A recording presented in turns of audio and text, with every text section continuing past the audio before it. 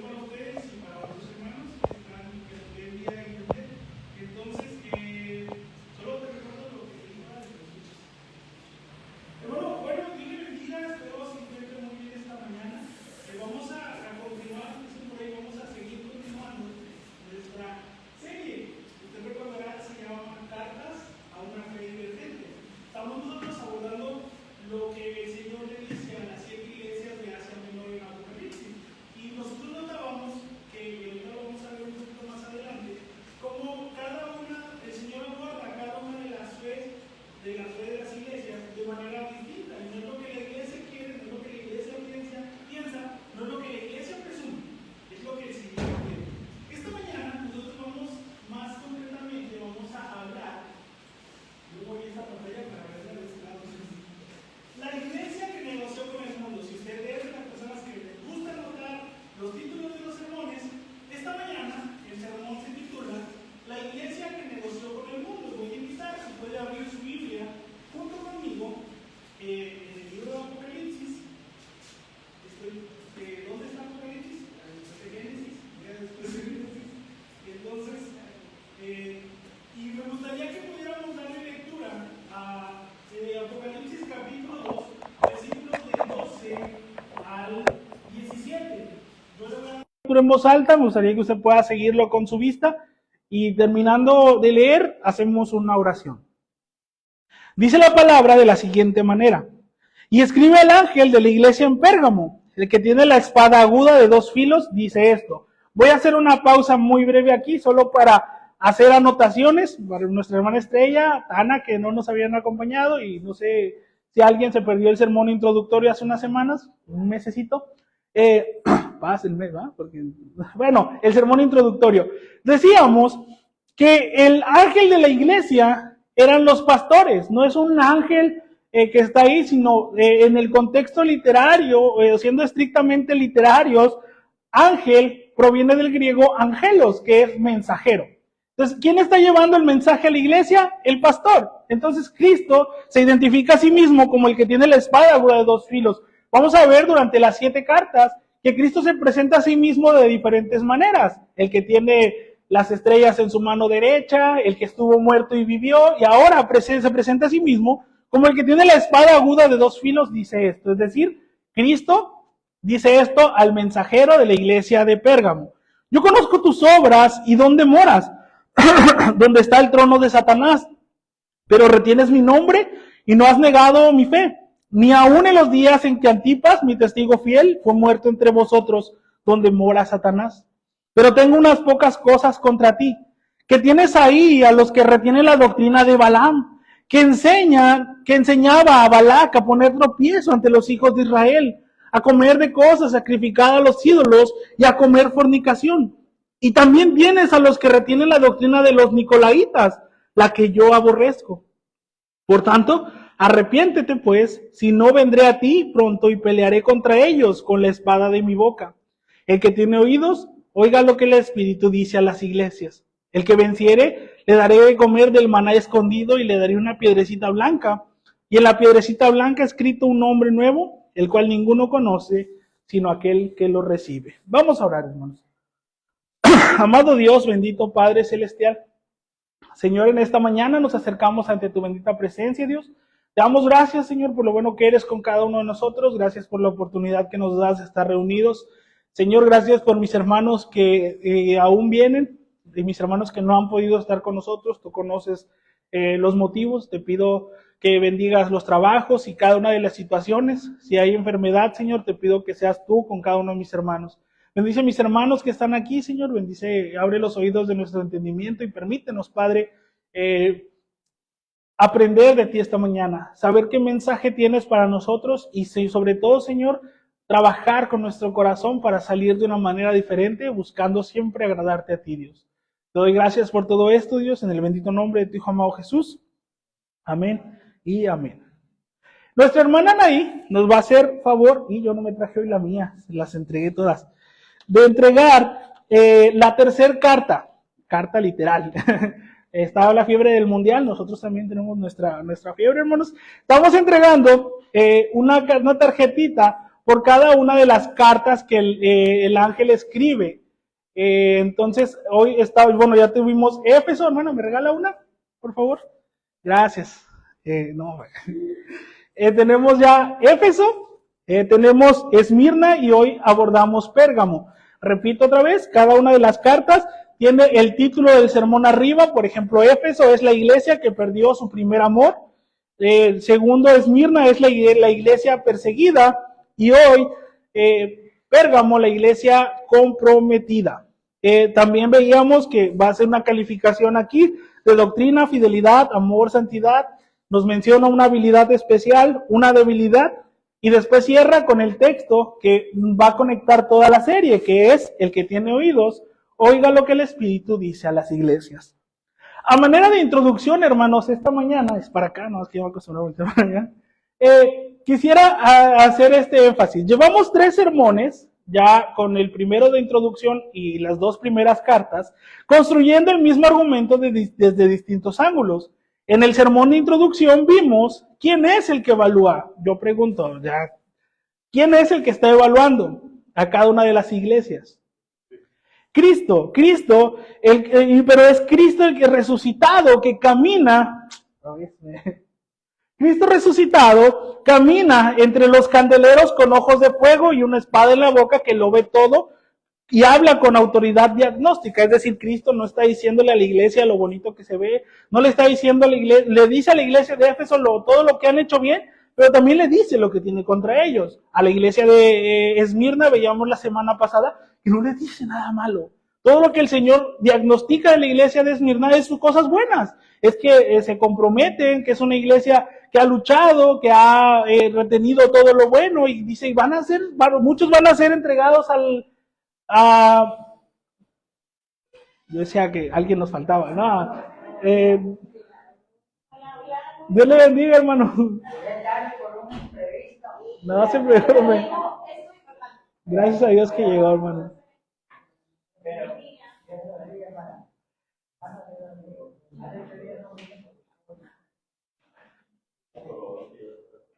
Bueno, continuamos aquí. Dios te bendiga, José. Dios le bendiga, Cecilio.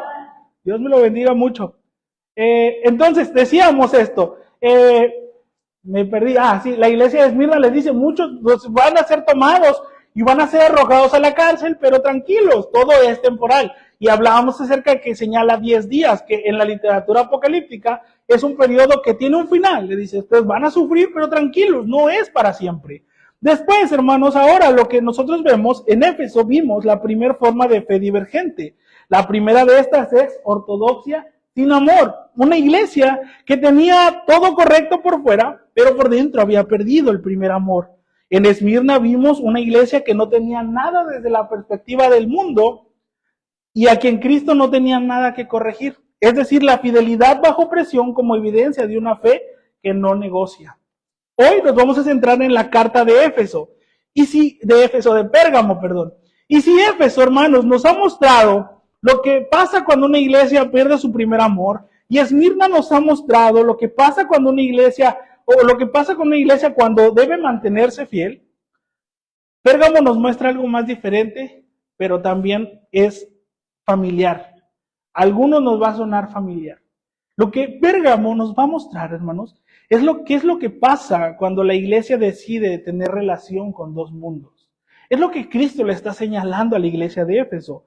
Pero antes de entrar, quisiera hablarles, o quisiera yo contar una historia. Yo lo digo, y yo creo que el hermano Lee Strobel ya tendría que pagarme regalías, porque cada oportunidad que tengo yo recomiendo este libro. Hay un libro muy bueno, hermanos. El libro se llama El caso de la gracia. El hermano Lee Strobel es un ateo, que su esposa se convierte al cristianismo, y él, en su afán de mostrarle a su esposa que está equivocada, hace una investigación y escribe su primer libro, que se llama El caso de Cristo. Lee Strobel es un periodista, él trabaja para Chicago Times y él sabe entrevistar, sabe hacer una labor periodística, es investigador nato. Y en su afán de demostrarle a su esposa que está mal por su fe, Lee Strobel se convierte, porque el caso de Cristo evalúa pruebas de la tumba vacía, que si Cristo no murió, y va y no le pregunta a cualquier persona, por ejemplo, si Cristo murió o no, si solo estuvo una crisis catatónica, es decir, que parecía muerto pero no estaba muerto, y va con un doctor y le dice, no, eso no es, o sea, Cristo no pasó eso, y el doctor con pruebas médicas le muestra que Cristo sí murió y resucitó. La aparición a los más de 500 personas, y va con un psicólogo y le dice que una alucinación en masa, es decir, una alucinación conjunta, no es posible, no hay evidencia que haya sucedido así. A lo mejor José puede tener una alucinación y yo puedo tener otra, pero no va a ser la misma. José va a tener una, yo voy a tener otra, y es improbable que haya 500 personas que hayan dicho ver a Jesús y que hayan alucinado. Entonces es lo que el hermano hace, se convierte. Y después escribe el caso de la gracia y él analiza qué pasa con la gracia. Y en uno de sus, tiene capítulos muy buenos, si usted está interesado en leer el libro puede preguntarme. La hermana Anaí creo que todavía lo tiene en PDF, se los podemos facilitar. Para una lectura devocional no es pesada, es una lectura muy entretenida. Pero un capítulo en particular se titula El Pastor. Y el hermano Strobel entrevista a un ministro llamado Brad Mitchell. El hermano documenta la historia real de este hermano Brad Mitchell, un pastor con un ministerio próspero, un matrimonio sólido y una trayectoria de fe, hermanos, que nadie hubiera cuestionado. El hermano dice que todo empieza en la manera que Brad mismo describe como completamente inocente. Dice el hermano, él es pastor, y un día una mujer le escribe un email. El hermano se encuentra en su oficina cuando de repente llega un email, recibe el email, y la mujer le dice, ¿sabe, hermano? Yo soy fulana de tal, soy creyente, voy a otra iglesia, pero mi esposo, tengo problemas con mi esposo. Entonces necesito ayuda. El hermano dice, si algo le apasionaba era ayudar a la gente. Entonces, en su afán de ayudarle, le dice, yo te puedo recomendar con hermanas, con esposas de pastor o con otro pastor de tu ciudad que puede ayudarte. El hermano, él vivía, o él estaba, la mujer vivía eran de Michigan. Entonces, yo te puedo recomendar, y la mujer le dice, no, yo quiero que usted me ayude. Yo quiero que usted me ayude a salir de este bache. Lo que comienzan, hermanos, son emails. Se empiezan a enviar emails en la época WhatsApp para nosotros, ¿no?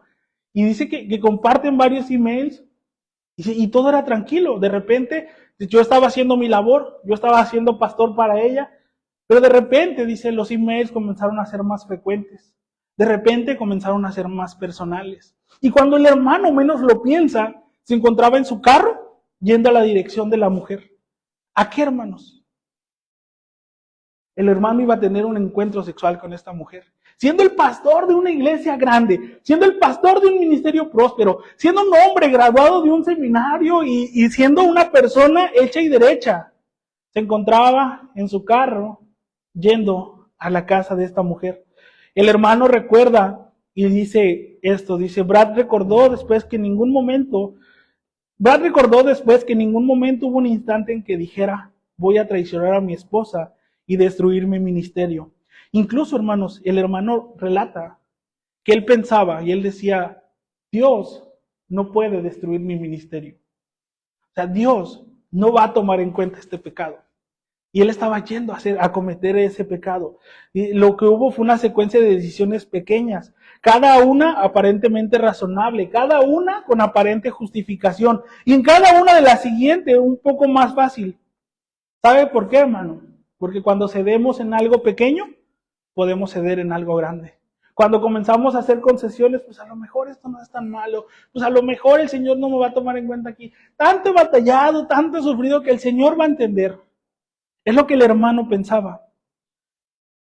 El resultado final fue una infidelidad que destruyó su ministerio y estuvo a punto de destruir su matrimonio. El hermano lo que relata es que un día se encontraba, bueno, él le confesó a su esposa el acto que había cometido, la falta que había tenido con ella, y la esposa, siendo mujer del Señor, no digo que sea justificable, no voy aquí a, pues no, cada quien, ¿verdad? El Señor va a tratar con cada uno de nosotros, pero la mujer lo que hizo fue orar con su esposo, le dijo, yo te recomiendo que renuncies al pastorado, renuncies al liderazgo y busquemos restaurar nuestro matrimonio.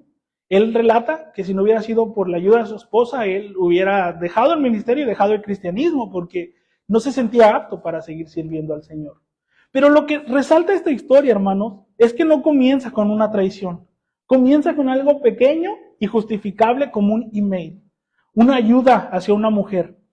Eso es Pérgamo. Una iglesia que no abandonó la fe de golpe. Pérgamo es una iglesia que fue cediendo poco a poco. Cosas pequeñas, cosas tranquilas, hasta que Cristo tuvo que escribirles para decirles lo que Brad tuvo o necesitaba decirle a su congregación. Renunciar a algo, o bueno, en algún punto sin notarlo, cruzamos una línea que nunca debimos cruzar.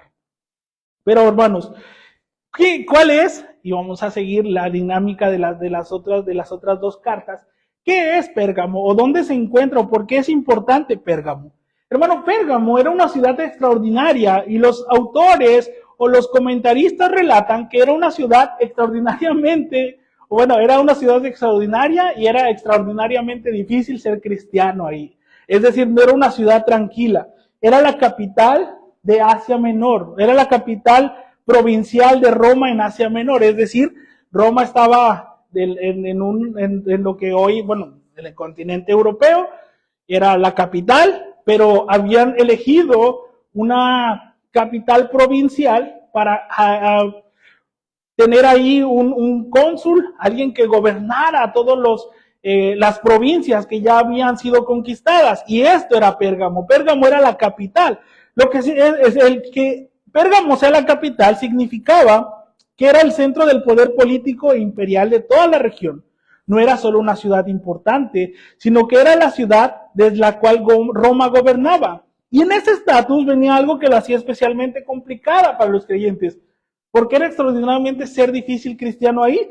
Bueno, porque Pérgamo tenía el primer templo al culto imperial en Asia. ¿Qué es esto? Yo le comentaba la semana pasada, hace unas semanas, que el culto imperial era, Roma catalogaba al emperador como un dios, el mayor dios que ellos tenían. Había dos dioses para los romanos, el emperador y Roma como tal. Ahí, este primer templo estaba construido en honor al emperador Augusto y a la diosa Roma. No participar en ese culto, hermanos, no era solo una opción religiosa, era un acto político con consecuencias reales. Quien no se adoraba, quien no se arrodillaba ante el emperador, no podía comprar, no podía vender, no podía tener acceso a los mercados. Entonces era complicado, hermanos, para los creyentes ser cristianos ahí.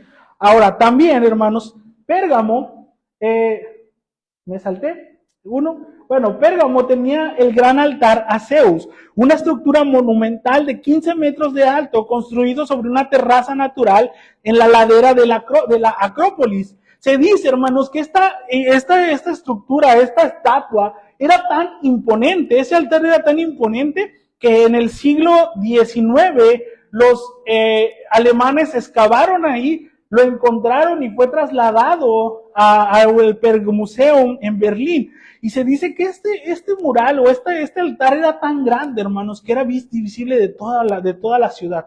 De cualquier punto en que uno se parara en la ciudad, podía ver este templo. También, hermanos, tenía la segunda biblioteca más grande del mundo antiguo, solo superada por la de Alejandría, en Egipto, con más de 200,000 volúmenes. Y fue en Pérgamo. ¿Qué le suena el nombre Pérgamo? Ustedes no respondan, tranquilos. Pero si yo le digo Pérgamo, ¿qué se le viene a la mente?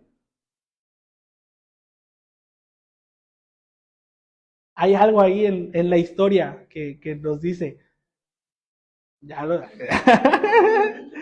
Bueno, ya nuestros hermanos, David y Angélica nos hicieron el favor. En Pérgamo, hermanos, se perfeccionó el uso del pergamino como material de escritura. Antes se usaban otros papiro, papel, otros, pero en Pérgamo se toma pues el pergamino, como de ellos perfeccionan este material como uso de escritura. Es decir, gracias a Pérgamo, muchos manuscritos del Evangelio, de los Evangelios del Nuevo Testamento, pudieron ser rescatados. ¿Por qué? Porque ellos usaron el pergamino como ellos lo perfeccionaron, pues. Entonces, gracias a ellos, de hecho, la palabra pergamino viene directamente de la ciudad que se llama Pérgamo. Hermanos, también en esta ciudad, con todo ese peso político religioso, había una iglesia cristiana.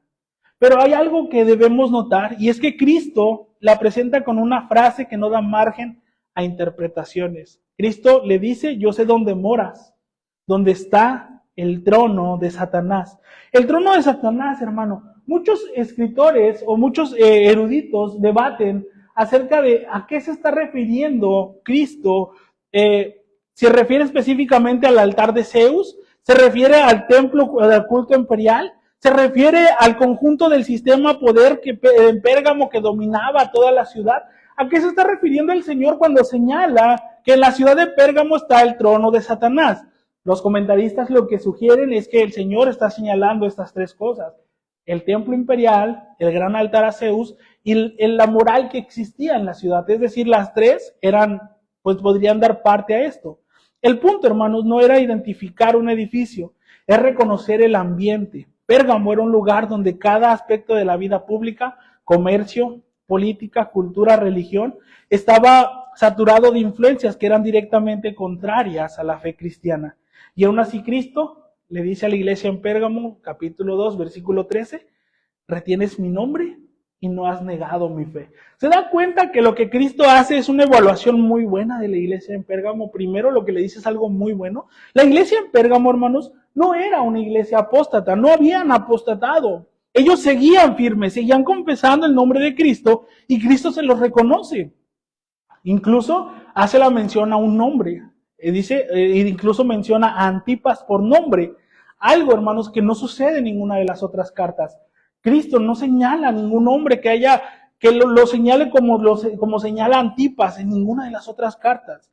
Antipas es uno de los personajes más fascinantes y más silenciados de todo el Nuevo Testamento. Su nombre aparece solamente una vez en toda la Biblia, y es en este pasaje, y Cristo lo llama con dos títulos, que si nosotros analizamos cómo Cristo se presenta en el capítulo 1, Cristo pasa su título personal del testigo fiel a Antipas. Imagínense lo que Antipas tuvo que pasar. Cristo se señala mi testigo fiel, la misma frase que Cristo usa para sí mismo en Apocalipsis capítulo 1, versículo 5 para describirse. Cristo transfiere su propio título a este hombre. Pero ¿quién era Antipas? Antipas, hermanos, según la tradición de la iglesia primitiva, según recogida por Andrés de Cesarea, Antipas fue ordenado como visto en Pérgamo por el apóstol Juan durante el reinado del emperador Nerón. Si mi memoria no me falla, estamos hablando entre el año 55 y el año 65. En ese periodo de tiempo es cuando Juan ordena a Antipas como obispo de esta iglesia. Su ministerio consistió principalmente en predicar sobre Cristo, en llamar a la gente en Pérgamo a abandonar el culto a los ídolos. Los sacerdotes paganos lo presionaron para que dejara de predicar y ofreciera sacrificio a los dioses de la ciudad. Su respuesta, según la tradición, fue directa y concisa. Antipas respondió: no serviría a los demonios que huían de él, y seguiría adorando al Creador junto con su Hijo y al Espíritu Santo. Es decir, a la única persona que Antipas iba a adorar era a Dios. Todo lo demás, todo lo que dijeran, a Antipas no le importaba. ¿Y qué pasó? Uno de los martirios más crueles y trágicos que están registrados en la tradición, hermanos. Se dice que Antipas, los sacerdotes lo arrastraron al templo de Artemisa, lo arrojaron dentro de un toro de bronce al rojo vivo, el mismo instrumento que usaban para sacrificar paganos. Antipas murió quemado dentro del símbolo mismo de la idolatría que él mismo se había negado a aceptar. Tenía 83 años. La tradición sugiere que mientras ardía, antes la gente podía escuchar a Antipas no gritando, sino orando en voz alta, pidiendo a Dios que recibiera su alma y fortaleciera la fe de los cristianos de Pérgamo. ¿Se da cuenta lo increíble que es? O sea, el Señor menciona lo que está en la Biblia, hermano, no es casualidad. El Señor hace la mención de Antipas porque era un testimonio que era digno de rescatar. Hermano, había personas en Pérgamo que habían pagado el precio máximo, pero había otras que habían encontrado la manera de reducir ese precio. Y ese es el problema que Cristo señala en la iglesia de Pérgamo. Porque si nosotros vemos los primeros capítulos, es una iglesia que es muy bonito. Dice: yo conozco tus obras y dónde moras. Es decir, conozco que donde estás no es fácil, donde vives no es sencillo. Ser cristiano en Pérgamo es complicado. Y señala y dice, pero retienes mi nombre y no has negado mi fe, ni aún cuando viste. Es lo que está queriendo decir, ni aún en los días en que Antipas, mi testigo fiel, fue muerto entre vosotros. Es decir, viste lo peor que le pudo pasar a una persona. Viste cómo Antipas fue martirizado, cómo fue torturado, cómo su muerte fue trágica. Y aún así, retuviste la fe. ¿Se da cuenta que hasta ahí lo que el Señor le está diciendo a la iglesia en Pérgamo es bueno? Yo quisiera, hermano, que el Señor me dijera, Juan, yo te he visto y sé que has batallado y sé que te han asustado tus vecinos y aún así sigues siendo fiel. Sé que a veces abres y te topas a la gente mala ahí y aún así sigues siendo fiel. No sé, hermano, ¿quién no quisiera, cuántos no quisiéramos que el Señor nos reconociera como ha reconocido primeramente a la iglesia de Pérgamo? Sin en cambio, hermanos, si es la parte que quisiera que habláramos, es acerca de 2 puntos y es la continuación del pasaje. Lamentablemente para la iglesia en Pérgamo no son Esmirna y no son Filadelfia, a las cuales el Señor no les dice nada malo, sino que en Pérgamo le dice que la iglesia ha comenzado a negociar con las cosas pequeñas. Quiero hablarte 2 puntos solamente esta mañana, hermano. La primera es eso, la negociación comienza siempre en lo pequeño. Y quisiera recordar o quisiera regresar a la historia que te he contado al principio. El hermano Michel dice que el primer email no fue grande, no fue una traición ni una intención de dañar a nadie. Fue una respuesta pastoral a alguien que necesitaba ayuda, algo que cualquier pastor haría. Yo estoy seguro que si nosotros preguntáramos con David, él ha recibido muchos WhatsApp de esa manera, alguien buscando ayuda, alguien pidiendo auxilio. Y es lo que el hermano Mitchell dice. Lo que Brad no vio es que las concesiones pequeñas no funcionan de manera aislada. Funcionan en serie. Cada una hace más fácil la siguiente. Porque él ya había establecido que hay cosas que puede ceder sin que eso cambie fundamentalmente. El primer email, hermanos, abrió la puerta a los emails personales. Los emails personales abrieron la puerta a las visitas. Y las visitas abrieron la puerta a algo que él nunca hubiera imaginado que era posible al comienzo de esas pláticas, perdón. La pregunta que el hermano Mitchell nunca se hizo, y la pregunta que la iglesia en Pérgamo tampoco se hizo, pero la pregunta que nosotros sí tenemos que hacernos esta mañana, es ¿en qué punto una concesión deja de ser adaptación y se convierte en transformación? ¿Entiende mi pregunta? ¿En qué punto cedemos en algo para adaptarnos y no nos damos cuenta que esa adaptación nos cambia completamente?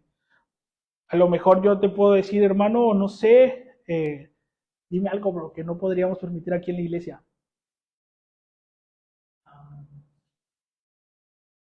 Si te quemas, te quemas.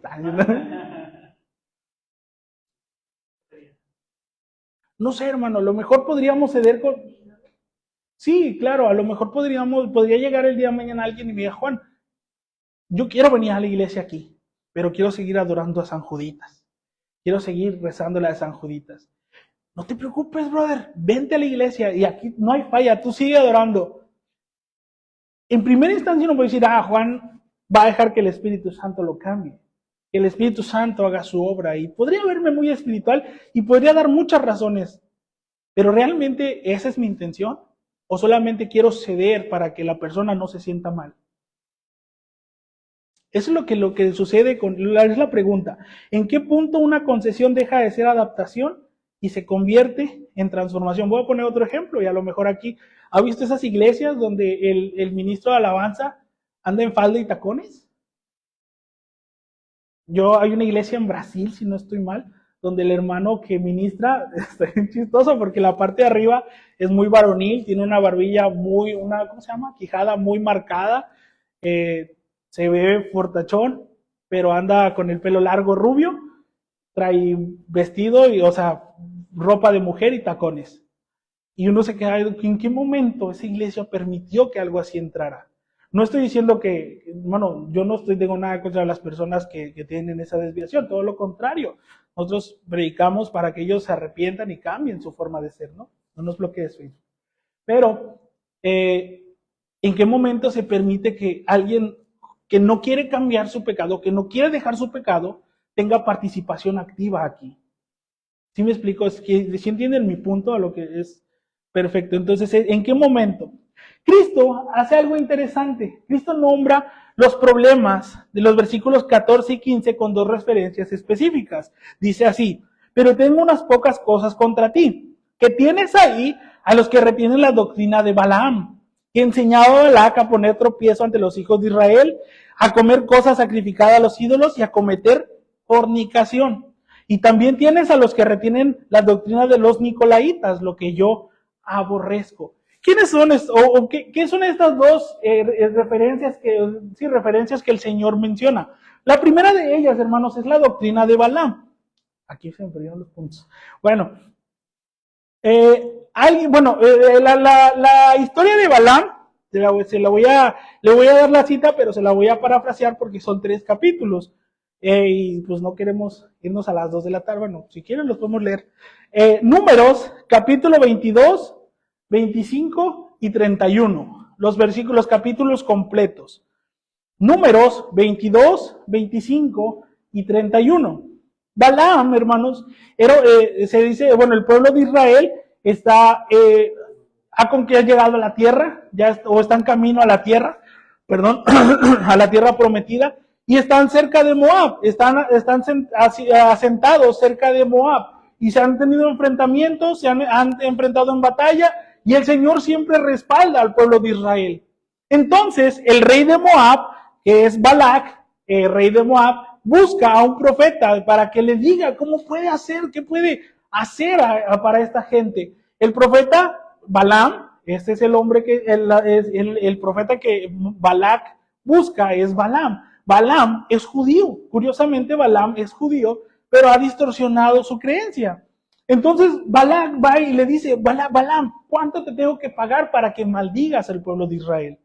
Y Balaam le dice a Balac, no, es que, ¿qué crees? Nosotros no podemos hacer eso. El Dios que el pueblo de Israel tiene es tan poderoso que si yo los maldigo, Él los va a bendecir y yo voy a ser maldito.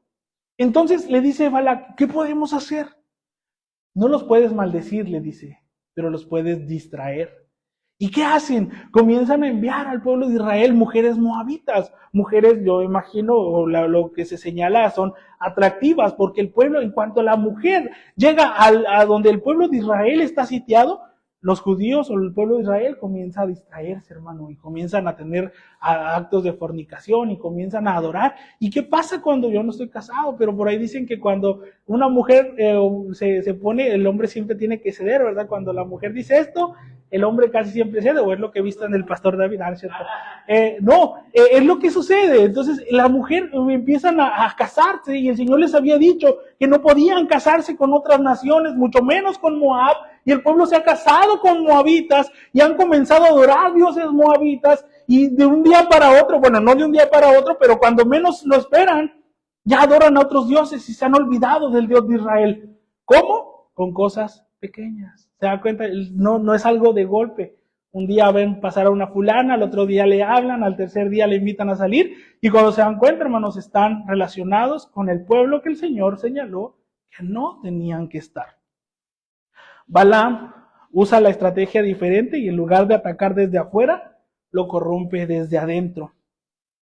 Esa es exactamente la estrategia que Cristo identifica en Pérgamo. No había un ataque frontal en la fe, había una seducción gradual hacia la participación en prácticas del mundo pagano, es decir, comían cosas sacrificadas a los ídolos. Esto, hermanos, no era un asunto dietético, sino en el contexto del primer siglo, los banquetes en los templos paganos eran el centro de la vida social, comercial y política. Se le llamaba, ¿tú recuerdas el nombre de cómo se le llamaba ese tipo de reuniones o uno de los dos? ¿No? Tenían tertulias, eran las famosas tertulias, y eran cosas, hermano, que pues era un culto pagano en su totalidad, y era el centro de la vida social, el centro de todo, y todos querían participar, pero el Señor mandaba no participar de ese tipo de cosas que eran adoración o sacrificado a ídolos. Entonces el pueblo comienza, y notas que el pasaje que el Señor le dice, no solamente le dice, es que entre ustedes hay personas que creen en Balaam, no, dice, retienen, es decir, dice, tengo contra ti pocas cosas, que tienes ahí a los que retienen la doctrina de Balaam. Hermano René, ¿usted lee otra versión en la de la Biblia o la Reina Valera? ¿Podría leer los pasajes, el versículo 14 y 15 en su versión, por favor? Apocalipsis 2, versículos 14 y 15, por favor.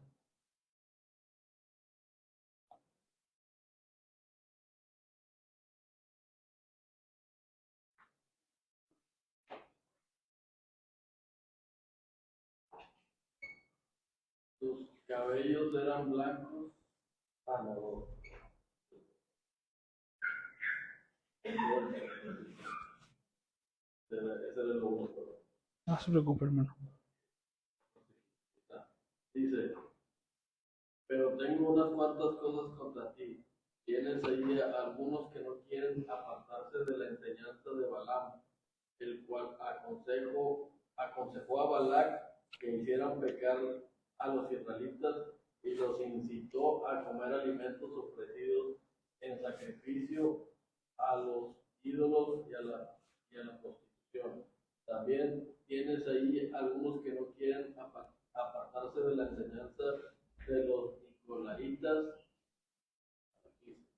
Hasta ahí. ¿Te das cuenta que la traducción de nuestro hermano dice, no solamente, bueno, nuestra traducción dice retienen, pero la traducción que el hermano lee, si no debe ser como traducción del lenguaje actual, algo así, de nueva versión internacional, dice no quieren apartarse. O sea, no solamente caen, no solamente pecan en esto, sino que no quieren apartarse, no quieren dejar de hacerlo. Hermano, lo que el Señor señala no es tanto la comida a los ídolos, no es tanto comer cosas a los ídolos, sino que ellos están empeñados en participar de ello, están empeñados en mezclar en un sincretismo y creen que pueden mezclar lo bueno y lo malo, el mundo y la iglesia, Dios y otro Dios, y Dios le dice, eso no funciona así. Ustedes no pueden vivir así. Ustedes tienen que decantarse por un lado. O son cristianos o no son cristianos. Y lo vamos a ver más adelante que el Señor mismo señala que no puede, una fuente dice no pueden salir dos aguas. O eres o no eres. Y el Señor es lo que está señalando a la iglesia en Pérgamo. Dice, ustedes no solamente lo practican, sino que no se quieren, los que viven, los que ya dejaron que entren a la iglesia, no se quieren apartar y ustedes lo permiten. ¿Se dan cuenta cómo pasa de un has retenido la fe y no has negado mi nombre a solapas ese tipo de gente? La acusación del Señor es trágica, la acusación del Señor es a la yugular, es, no sé, yo por una parte quisiera escuchar lo que te dije, pero no quisiera que el Señor dijera, has permitido esto, y no solo lo has permitido, sino que tú mismo eres parte de esto. La segunda doctrina que se menciona es la doctrina de los nicolaitas. Aquí, hermanos, hay algo que vale la pena mencionar. Porque, ¿quiénes son o por qué habla de este Nicolás? Que hay un seguidor, nicolaitas es que siguen a un Nicolás. No sabemos de dónde sale. Muchos, Cristo también los menciona en la carta de Éfeso, donde elogia a la iglesia por haberlo rechazado, pero ¿quiénes eran estos exactamente? Lo que sabemos es que el nombre Nicolás es revelador en sí mismo. Nicolaos es en griego y es un conjunto de dos palabras, Nikos, que es conquistador, y Laos, que es pueblo, es decir, el conquistador del pueblo. Los nicolaitas eran literalmente los que conquistan al pueblo. Una descripción que encaja perfectamente con su función. Una enseñanza que sometía a la gente a una teología de la libertad mal aplicada. ¿Quién era este Nicolás? No sabemos. El padre de la iglesia, Ireneo, allá en el siglo II, estableció que este Nicolás era el Nicolás que se menciona en el libro de Hechos, capítulo 6, donde se eligen a los diáconos. Hechos capítulo 6, donde dice, buscad pues entre hermanos a 7 varones llenos del Espíritu Santo y de sabiduría. Y en los nombres que se señalan está este Nicolás, Felipe, Nicolás, Simón, y no recuerdo los otros 4, se los quedo a deber, pero ahí puede leerlo, Hechos 6.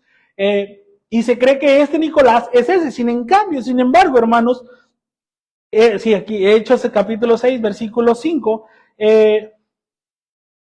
sin embargo, es importante aclarar que esa conexión fue altamente debatida dentro del contexto de los primeros cristianos. Clemente de Alejandría, que era contemporáneo a Ireneo, lo rechazó y defendió el buen carácter de este Nicolás mencionado en Hechos capítulo 6, versículo 5. Y más adelante, Eusebio de Cesarea, el gran historiador, también exoneró a este Nicolás, es decir, dijo, este no es el Nicolás, los nicolaitas no proceden, es otro Nicolás, pero no es nuestro Nicolás, el diácono. Entonces, sí, pero lo que lo vamos a rescatar, donde debemos enfocarnos, es que el Nicolás que originó este movimiento es un caso extraordinario. Bueno, alguien que comenzó en un lugar de confianza. Eso sí es posible señalar. Si el Señor lo está señalando en la iglesia de Pérgamo, y como nuestro hermano nos leía en su traducción, dice, no se quieren apartar de la enseñanza de los nicolaitas, es alguien que estaba en la iglesia y que tenía autoridad en la iglesia y que tenía un puesto de confianza en la iglesia y comenzó a enseñar una libertad mal aplicada. ¿Cuál era esta, hermanos? No lo sabemos a ciencia cierta, pero lo que sí sabemos es que el Señor la señala, Cristo la corrige, Cristo quiere corregirla. ¿Por qué, hermanos? Porque la misma Biblia dice que si alguien predica otro evangelio, aun si fuera un ángel del cielo, dice, este sea anatema o maldito, como le quede. Entonces, lo que el Señor, ¿quién era este Nicolás? ¿Era Nicolás el diácono de Hechos 6:5? Muy posiblemente no. ¿Por qué? Porque tenemos evidencia de primera mano, evidencia de personas que estuvieron ahí o que estuvieron muy próximas a esa fecha, y aunque uno, Ireneo lo señala, dos lo exoneran, dos dicen, no es el Nicolás, no es el mismo. ¿Quién era este hombre? No lo sabemos, pero sí sabemos que estaba enseñando algo. Sea el mismo Nicolás o no, lo que caracteriza a este grupo era una especie de antinonismo, es decir, la separación entre la fe que se declara y la vida que se vive. En Éfeso esa doctrina fue rechazada. En Pérgamo, sin en cambio, había encontrado audiencia. Y eso dice algo importante. La misma doctrina puede ser rechazada por una iglesia y abrazada por otra. El discernimiento no automático siempre requiere una fe que todavía cuesta algo. Hermanos, lo que hace peligrosa la doctrina de Balaam no es que sea extraordinariamente falsa, es que es parcialmente verdadera, y eso es lo que le da fuerza. La iglesia de Pérgamo no estaba adorando a ídolos por convicción, estaba participando en prácticas sociales que tenían dimensiones idolátricas con la justificación de que se podía mantener internamente fiel mientras externamente se adaptaba. Es la misma analogía, la misma lógica que el pastor Brad Mitchell usaba. Podía estar aquí sin que esto me cambie. Yo puedo pecar, puedo estar teniendo una relación adúltera con una mujer sin que eso cambie mi ministerio. Es lo que el hermano Mitchell pensaba, y digo, yo le puedo pasar el libro y usted puede leer el capítulo y son palabras suyas. Sin en cambio, Pablo había advertido esto allá en su primer carta de Corintios, capítulo 15, versículo 33, con una frase que la cultura popular ha adoptado sin saber que es bíblica. Es, las malas compañías corrompen las buenas costumbres. Hermano, el detalle aquí es que nosotros debemos tener cuidado. En el colegio, dice Sánchez, hoy nos falta Sánchez, dice el pastor de pastores, el hermano director del colegio bíblico, el hermano Daniel Llamas. Él cuenta una historia muy interesante. Él cuenta que uno de sus hermanos sirvía en la iglesia con él, eran jóvenes, bueno, él ya había graduado del colegio en San Luis Potosí y estaba sirviendo no como ministro, pero sí estaba trabajando activamente en la iglesia.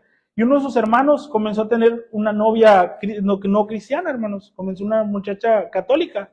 Y dice que cuando el hermano Daniel habló con su hermano, como que se confrontaron y dijo, no, tú tranquilo, Daniel, esto no me va a cambiar, esto no pasa nada, todo bien. Pasaron unos años, perdón, hermanos, y dice que el hermano, su hermano, no recuerdo el nombre honestamente, pero su hermano llegó a la casa y lo invitó a su boda.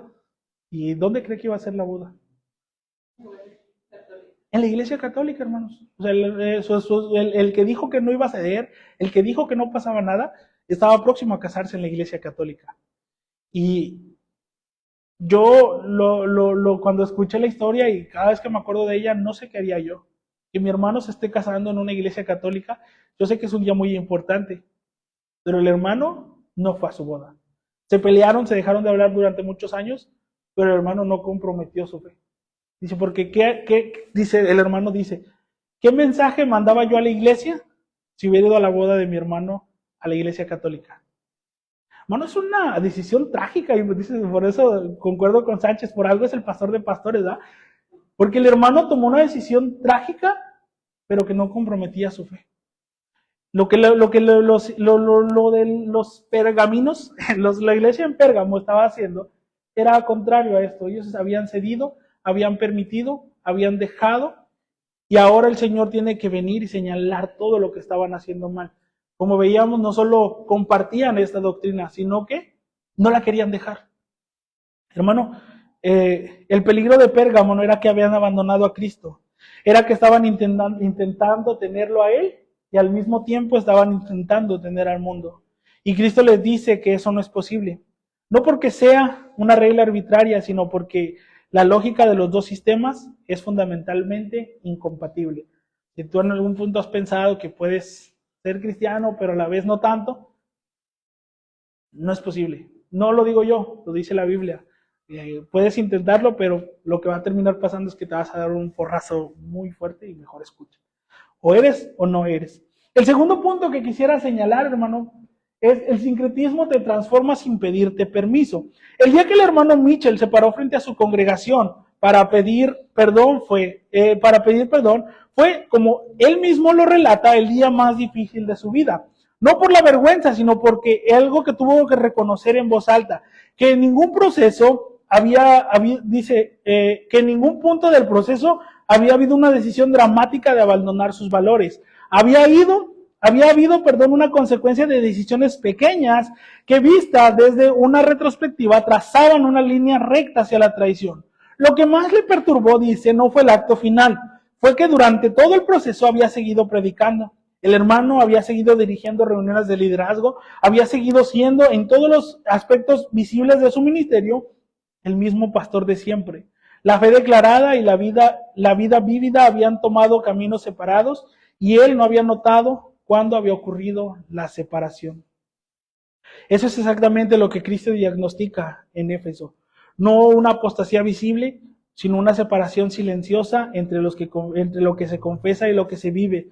Una iglesia, hermano, que seguía predicando el nombre de Cristo y al mismo tiempo estaban participando en prácticas que contradecían ese nombre. La fe había perdido su capacidad de costar algo y sin ese costo se había vuelto invisible. El sincretismo no le quitó la fe a Pérgamo, le quitó la sal. Y la sal sin sabor, como dice Jesús, no sirve para nada. ¿Te das cuenta? Y te lo repito, el sincretismo a Pérgamo no le quitó la fe, porque el Señor le señala que no han abandonado la fe. Sin embargo,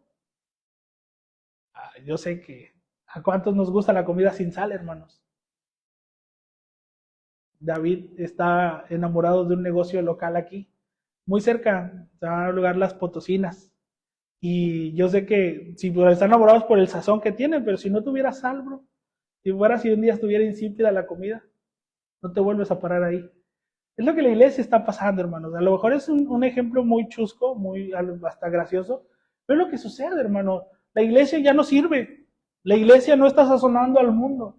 La iglesia en Pérgamo ha abandonado eso, lo que el Señor llamó a hacer en esta tierra. Vosotros sois la sal de la tierra. Y la iglesia en Pérgamo no estaba haciendo esa sal. Entonces es trágico. El llamado al arrepentimiento que se señala en el versículo 16 es urgente y específico. Dice, por tanto, arrepiéntete, pues si no vendré pronto a ti y pelearé contra ellos con la espada de mi boca. Hay algo notable, hermano, en esta gramática del versículo. Nota cómo Cristo le habla a la iglesia en singular. Le dice, por lo tanto, arrepiéntete. Y después hace una amenaza en plural. Dice, porque si no vendré pronto y pelearé contra ellos. Lo que sugiere que Cristo distingue entre una iglesia y una comunidad. Cristo distingue entre la iglesia como comunidad que tiene responsabilidad de corregir lo que está pasando, y los individuos específicos que sostienen la doctrina de Balaam y los nicolaitas. Es decir, el Señor le dice a la iglesia, tienes que arrepentirte y tienes que dejar lo que estás haciendo, porque si no yo voy a ir contra ellos, porque el Señor sabe quiénes están distorsionando la fe, el Señor sabe quiénes están predicando algo que es contrario a lo que Él ha enseñado. La iglesia no es culpable de las mismas prácticas que algunos de sus miembros cometen, pero sí es culpable de tolerarlas sin corregirlas. Esto introduce una dimensión eclesial, hermanos, que es del problema, que es incómodo, pero necesario. La iglesia que no corrige el sincretismo en su seno no es neutral, es cómplice. Si nosotros vemos que alguien está mezclando dos mundos y no corregimos, no es que seamos buenos, no es que seamos espirituales, no es que estemos orando por ellos, es que estamos siendo cómplices. Es lo que no es no por hacer lo mismo, sino por permitir que se haga sin consecuencias. Después, hermano, el versículo o el pasaje termina cerrando con el versículo 17 y contrasta directamente con la seducción que había en Pérgamo. Le dice, al que venciere, daré de comer del maná escondido y le daré una piedrecita blanca y en la piedrecita blanca escrito un nombre nuevo, el cual ninguno conoce sino aquel que lo escribe. Yo recuerdo hace muchos años, se hizo famoso un audio, no sé si aquí también, de 7 jóvenes que fueron al cielo y al infierno, ¿no? Les vendían los discos y los cassettes, hermanos, y no los podía poner, era el testimonio de esos jóvenes, que dice que un día estaban en la iglesia orando y fueron tomados y fueron llevados primero al infierno y vieron muchas cosas y relatan muchas cosas en el infierno, pero también después fueron llevados al cielo. Y yo es la primera vez que escuché esto de una piedra, y ellos lo relatan como un arroz, decían, es un arroz, y ahí tenía un nombre nuevo, que yo no recuerdo. Después se descubrió que era pura faramaya y no, se querían vender todos sus discos, ¿verdad? Pero es interesante, hermanos, lo que el Señor señala aquí, y se me fue aquí, perdónenme, solo aquí el primero no salió. El maná escondido, hermanos, en contraste con la comida ofrecida a los ídolos. La piedra blanca, con el nuevo nombre, en el mundo romano, hermano, una piedra blanca era símbolo de la solución en un juicio. O la invitación a un banquete especial de una identidad reconocida y honrada. Cristo ofrece estas dos, ofrece al que vence una identidad que el mundo no le puede dar ni le puede quitar, que es infinitamente más valiosa que la aceptación social de Pérgamo que había estado persiguiendo a Pérgamo. Después, hermanos, si nosotros vamos, por ejemplo, a Romanos capítulo 12, versículo 2, el Señor dice algo bien interesante, o Pablo, Romanos 12, 2, es el texto que más directamente habla del problema de Pérgamo y el problema del hermano Mitchell. No os conforméis a este siglo, sino transformaos por medio de la renovación de vuestro entendimiento. Hermanos, el Señor nos llama literalmente a no dejarnos moldear por el patrón externo del mundo. La imagen es la de un molde que va dando forma a algo que se vierte en él. El mundo tiene un molde y si no hay una transformación activa por nuestra parte, el mundo nos va a moldear. El peligro específico para la iglesia de hoy, hermanos, es que el sincretismo moderno no viene con cara de ídolos. El sincretismo moderno, hermanos, no viene a presentarse de maneras como se presentaba la iglesia en Pérgamo. Se presenta, me adelanté. Sí, se presenta con cara de tolerancia, con cara de relevancia, de no ser extremista, de ser razonable. La presión, hermanos, no viene de un sacerdote de Zeus. La presión no viene de un sacerdote que nos exige quemar incienso al Dios o al imperio, del culto imperial. Viene de la cultura que te pregunta suave pero persistente. ¿Por qué tienes que ser tan diferente? ¿Por qué el cristiano pues, no puede hacer estas cosas? ¿Por qué los cristianos son tan estirados? ¿Por qué los cristianos no se divierten? ¿Por qué no vas a las fiestas? ¿Por qué no socializas?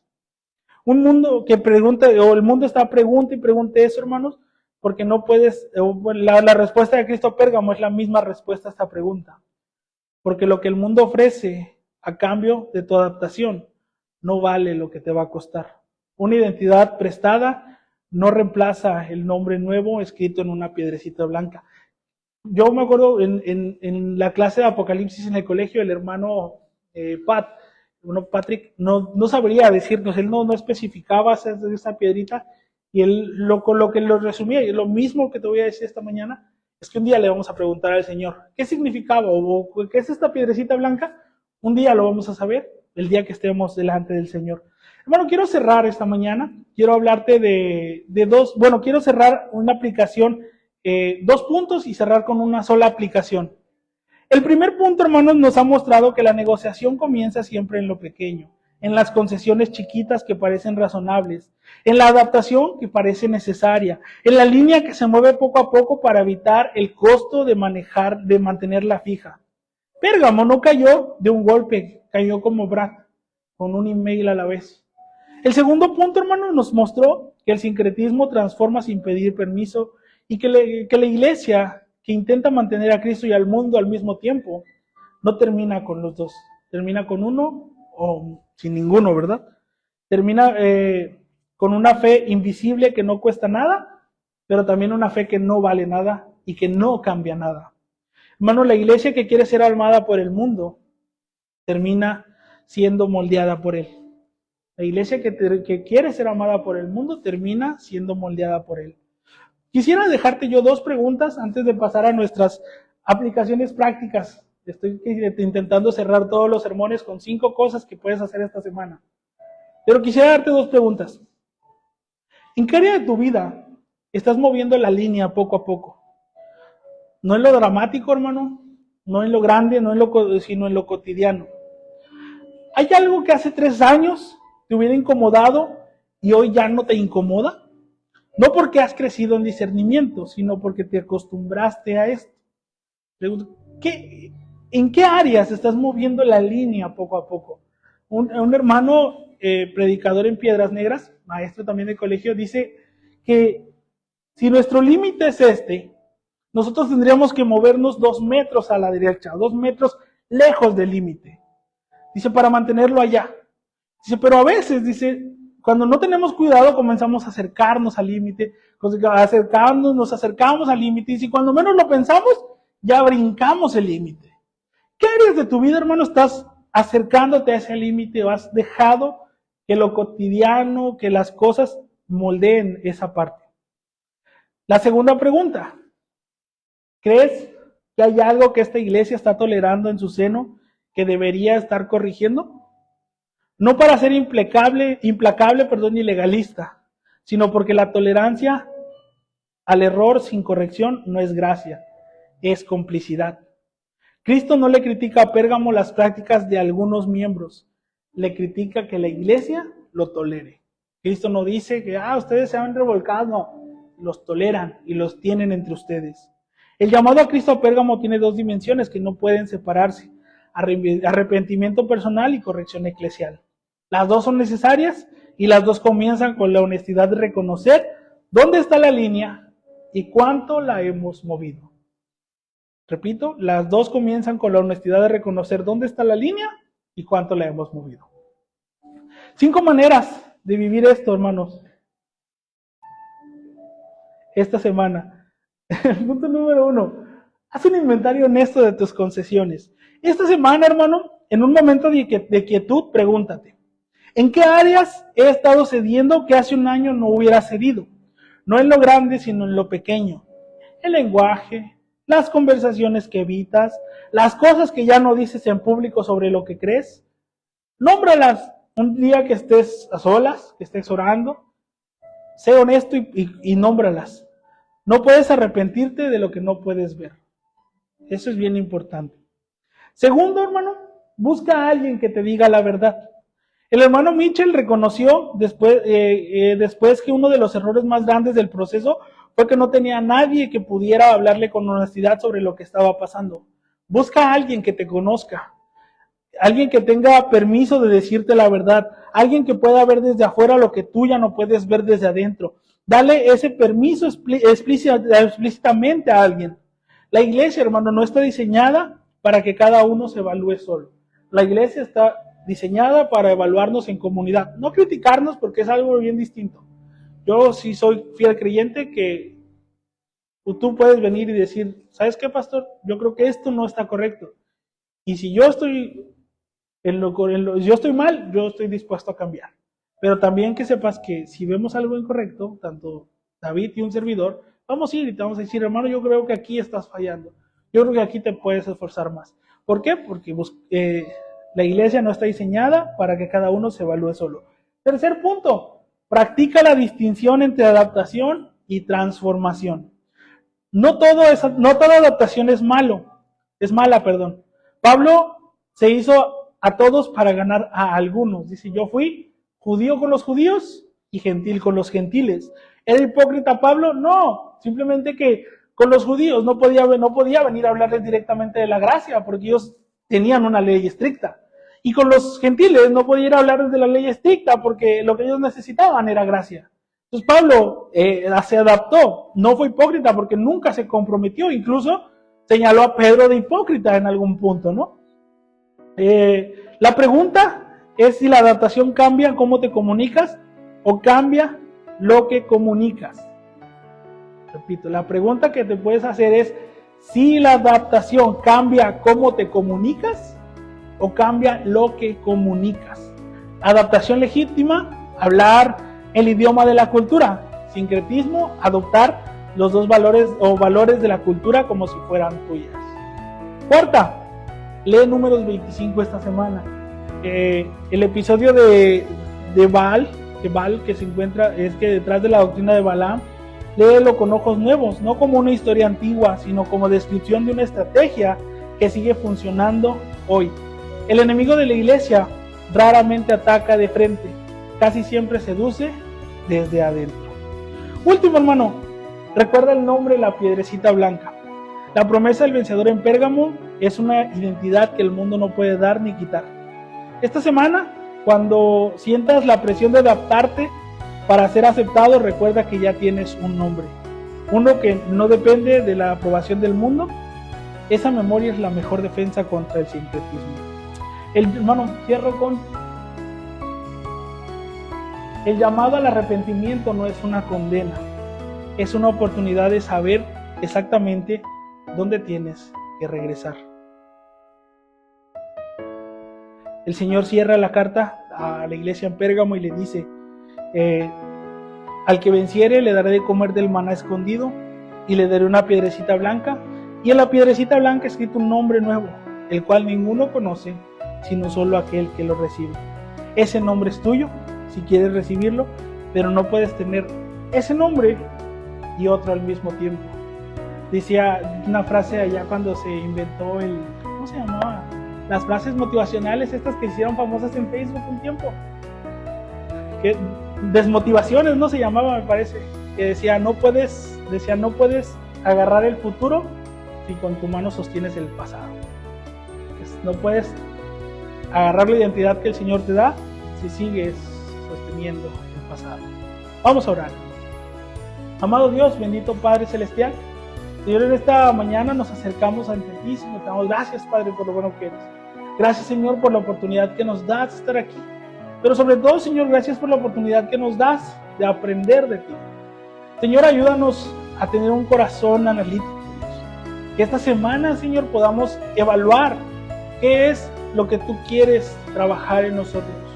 Señor, si hay en algún área de nuestra vida que hemos permitido que el sincretismo se adentre, Señor, si hemos permitido concesiones a cosas que tú rechazas, ayúdanos a verlas. Ayúdanos, Señor, a poder analizar y, Señor, rechazar rotundamente esto. La idea, Padre, de estar aquí y buscarte es cambiar, Señor, y acercarnos a la estatura del varón que tú quieres que seamos. Te pido por cada uno de mis hermanos aquí, Dios, bendice sus vidas, sus trabajos que están por iniciar el día de mañana, al rato, Señor. Bendice cada área, Señor, si hay enfermedad, trabaja con nosotros. Mis hermanos que no han podido estar aquí, Padre, te pido que los traigas, que tú los traigas, Señor, el miércoles, en los discipulados, el siguiente domingo.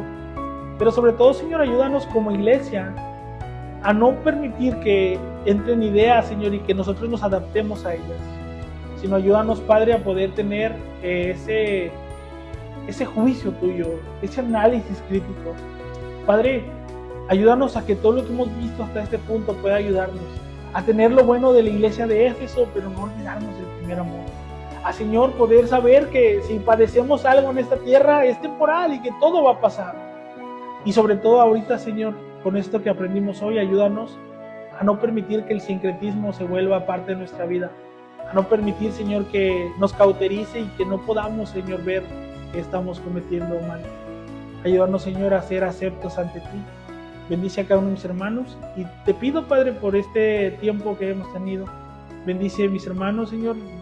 Despídenos de este lugar, más no de tu presencia, Señor.